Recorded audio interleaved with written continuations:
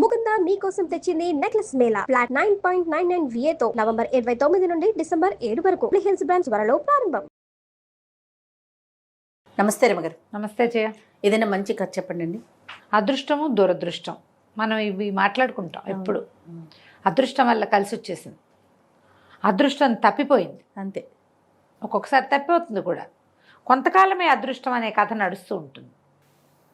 జీవితాంతం అదృష్టాలు ఉండవు చూడు. ఎక్కడుంటాయి? ఎక్కడో చూడదు, ఏదో తేడా వస్తుంది కదా. ఎలాంటి అదృష్టవంతులకైనా అనారోగ్యం వస్తుంది, ప్రమాదం వస్తుంది, మరణం అనివార్యం కదా.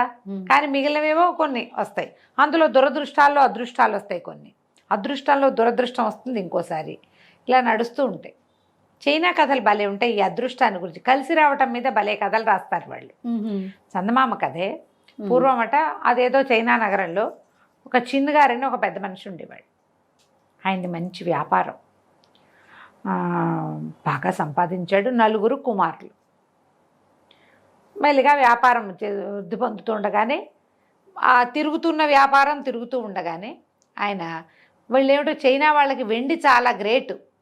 వెండి దాచుకోవటం, వెండి అమ్మటం, వెండి కొనుక్కోవటం, మనకి వెండి ఇవ్వడం, అలాంటి వాళ్ళు ఎక్కువ ఉంటాయి. ఏమిటో బంగారం అంటే మనకు అంత బంగారం కూడా అంత మనమేదో జాగ్రత్తగా దాచుకుంటాం. వీళ్ళు వెండిని నిలవ వస్తువుగా, అంటే ఎంత వెండి దాచాడు అన్నదాన్ని బట్టే వాడి డబ్బు కిందే వెండి ఉండేది వాళ్ళకి. అలాంటి పద్ధతి ఉండేది ఒకప్పుడు. అదే కథల్లో ఎక్కువ వెండి కనపడుతుంది. ఓకే. అయితే ఈయన ఈ వ్యాపారంలో ఏం చేశాడు, అట్లా అట్లా చల్లగా కొంత వెండి పక్కకు పెట్టి పెట్టి పెట్టి 3 వీసలు చొప్పున 4 ఇంతంత దిమ్మలు పోయించి పెట్టుకున్నట్ట వెండిని. వీసకి 3 కేజీలు. ఓ 3 3 9. ఒక్కొక్కటి 9 కిలోల చొప్పున 4 దిమ్మలు చేయించాడు. అప్పుడు కాస్త వెండి చేరుస్తూ 3 వీసలు అయ్యాక మోయగలిగేటట్టు ఉండాలి. అంతగా మోయలేనంత వెండిలే కాదనమాట, మోయగలిగేటట్టుగా 4 రాళ్ళు పోయించాడు. చక్కగా వాటికి ఎర్రటి వస్త్రాలు అవి కట్టి తన తలాపినే దాచిపెట్టుకునేవాడు. తర్వాత కాలంలో ఆ వెండంతా ఏర్పాటయ్యాక ఆయన ఇంకేమి దాచల, అంతా వ్యాపారంలోనే ఉండేది. ఇది మాత్రమే ఆయన దాచిన సొమ్ము. వ్యాపారం ఏముంది, టర్న్ ఓవర్లు తిరుగుతూ ఉంటాయి, అందులోనే తిరుగుతూ ఉంటుంది. వీళ్ళ ఖర్చులు గిచ్చులు దాంతో వెళ్ళిపోతూ ఉంటాయి. కానీ దాపరికంగా ఆయన ఇంకేం చేయాల. ఈ డబ్బును ఇన్నేళ్ల నాడు ఎప్పుడైతే ఇవి దాచుకున్నాడో, ఆ తర్వాత కుమారుల చదువులు వచ్చినాయి, ఉద్యోగ పెళ్ళిళ్ళు వచ్చినాయి, సంతానం కలిగింది, ఏదో చుట్టాలు పక్కాలు ఇళ్ళు వాకిళ్ళు ఇబ్బందులతోటి ఇంకా ఆయన ఎప్పుడు ఏమీ దాచల.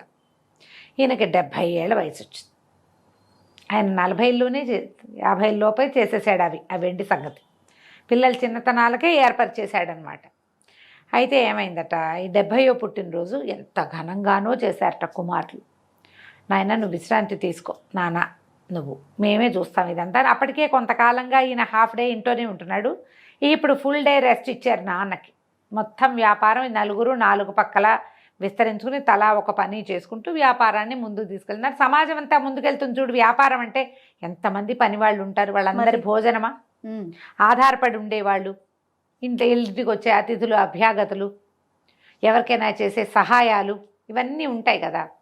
అప్పట్లో వాళ్ళు కూడా 40% దానానికి చేసేవాళ్ళు. ఓహో.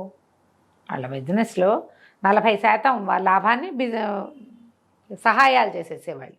సరే వీళ్ళు మేము 4 చేసుకుంటాం నాన్న, నువ్వు వాళ్ళ నుంచి నువ్వు రెస్ట్ తీసుకోమంటే ఆయన చాలా సంతోషించాడట. ఆ 70వ పుట్టినరోజు గ్రాండ్ ఫంక్షన్ చేశారు. నగరంలో ఉన్న బీదా బిక్కి అందరికీ భోజనాలు కూడా పెట్టారు. చాలా బాగా చేశారు. ఎంత చూసి తన ఏమన్నాడు, నాయన చాలా సంతోషం, నా జీవన సాఫల్యం లభించింది, మీరు ఇట్లా బుద్ధివంతులుగా ఉన్నారు, మరి నేను కూడా ఇంకా విశ్రాంతి తీసుకుంటాను. నేను సంపాదించింది 4 దిమ్మలుగా పోసాను, రేపే మీ 4కి తలా ఒక దిమ్మ అప్పచెప్తాను నాన్న అని కొడుకులకి చెప్పారు. వాళ్ళు సంతోషించారు. మరి నాన్న సంపాదించింది లాభం మనకి చేరుతుందంటే కుటుంబానికి ఆసరా కదా అది.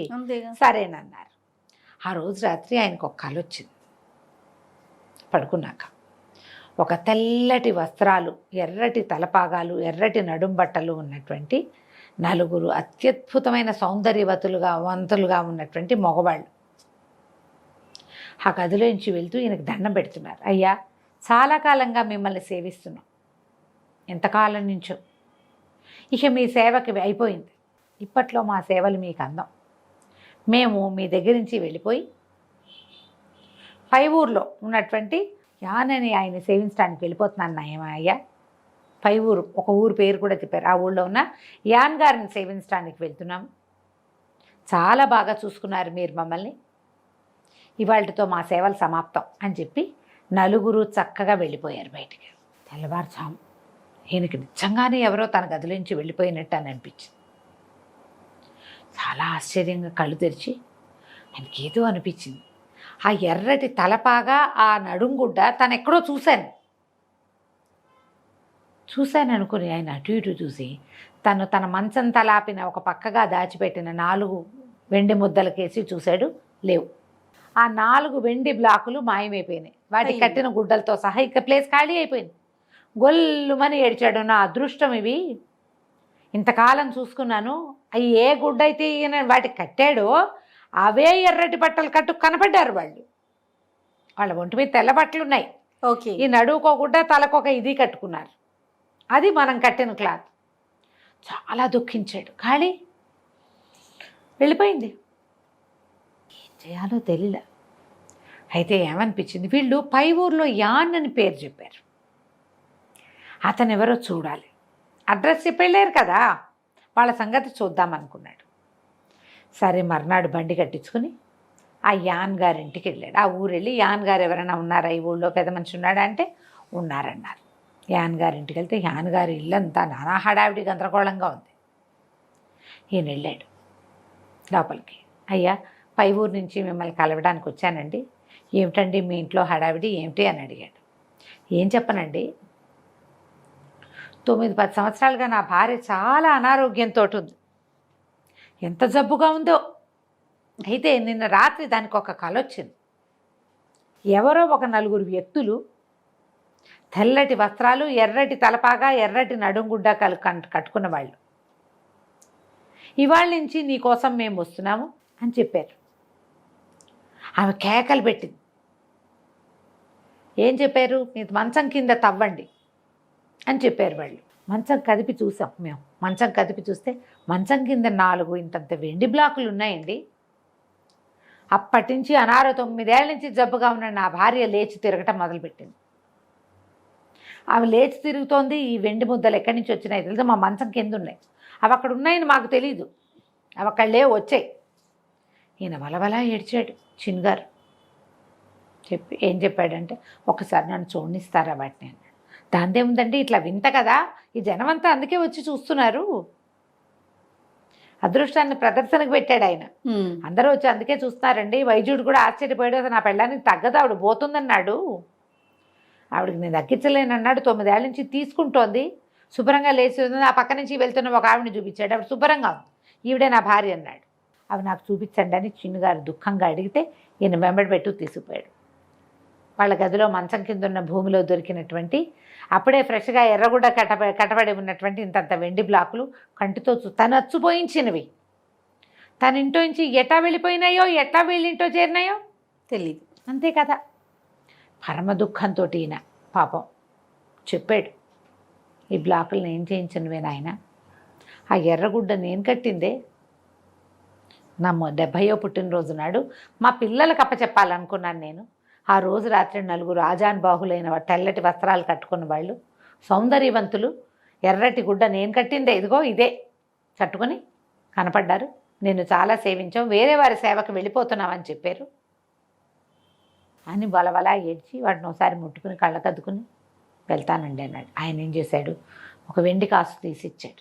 ఉంచుకోండి, మీ దగ్గర వెండి అంతా వచ్చేసింది కదా మా ఇంటికి, ఇది ఉంచుకోండి అంటే ఆయన ఎంత వద్దన్నా వద్దన్నాడు ఆయన. వద్దు, ఇంకా వెండి ఉండదు నా దగ్గర, అందుకే వచ్చేసింది ఇక్కడికి అంటే ఈ యాన్ గారు ఒప్పుకోలే. అయినా సరే ఆయన ఒప్పుకోలే. ఈ యాన్ గారు ఏం చేశాడు, ఆయన ఏదో మంచినీళ్ళు తాగుతుంటే ఆయన జేబులో వేశాడు ఆయన. చిన్న గారు వెళ్ళిపోయాడు ఇంటికి. ఆ రోజు సాయంత్రం వాకిలి ఉడుతుంటే యాన్ గారి పనివాడికి వెండి కాసు దొరికింది. ఆయన జేబులో చిల్లి జేబు అది వేసేసరికి అది పడిపోయి వీళ్ళింట్లోనే పడింది. ఎందుకంటే వీడికి వచ్చే రోజు వాడికి పోయే రోజు. ఇది కథ వింతగా ఉంది, కానీ మనం ఆలోచించండి, ఎవరికి వాళ్ళకి తెలుస్తుంది. మనం కూడా జీవితంలో అలాగే అదృష్టంగా అద్భుతంగా ఉన్నవి పూటలో పోగొట్టేసుకుంటాం. ఎలా పోయిందో తెలీదు. కొబ్బరికాయలోకి నీళ్ళు వచ్చినట్టుగా వచ్చేస్తుందమ్మా అదృష్టం. అలాగే పోతుంది, అలాగే పోతుంది. ఈ వచ్చే పోయే అదృష్టాలని మీద ఆధారపడకుండా భగవంతుడి మీద ఆధారపడు. వస్తే ఎక్కిపోకు, పోతే దిగిపోకు. దేవుణ్ణి నమ్ముకో. వస్తే అంతా ఆయన దయ, పోతే అంతా ఆయన కరుణే, మళ్ళీ ఇస్తాడు.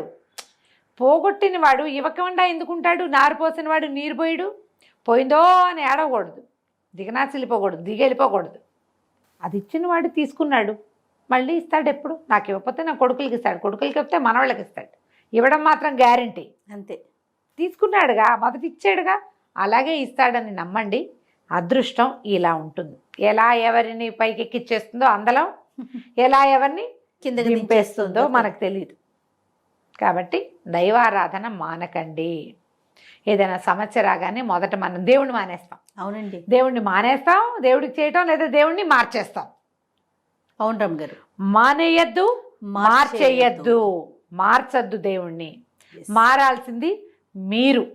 లోకంలో ఎక్కడైనా సరే డబ్బులు రాకడా పోకడా, ప్రాణం రాకడా పోకడా సహజమైనవి, చాలా సహజం. ఓ పిల్లాడు పుట్టడం, పెరగడం, చచ్చిపోవడం లాంటిదే. ఇవేమో అనివార్యమైనవి. వాళ్ళు చనిపోయారంటే దేవుడిని మానేయటం తప్పు. అవునండి. ఏ మాత్రం చిన్న సమస్య రాగానే మానేస్తాము, మీరన్నట్లుగా మార్చేస్తున్నాము. మార్చకండి. ఎస్, మానేయొద్దు కూడా. అనేయద్దు. మీరు అన్నం తింటాం మానరు, గాలి పీల్చడం అసలు మానరు. దేవుణ్ణి మార్చటం ఏమిటి? దైవారాధన మానేయటం ఏమిటి? అది చేయకూడదు. ఎస్. అది కంచికి మనం ఇంటికి. నమస్తే రమ్మగారు. నమస్తే జయ.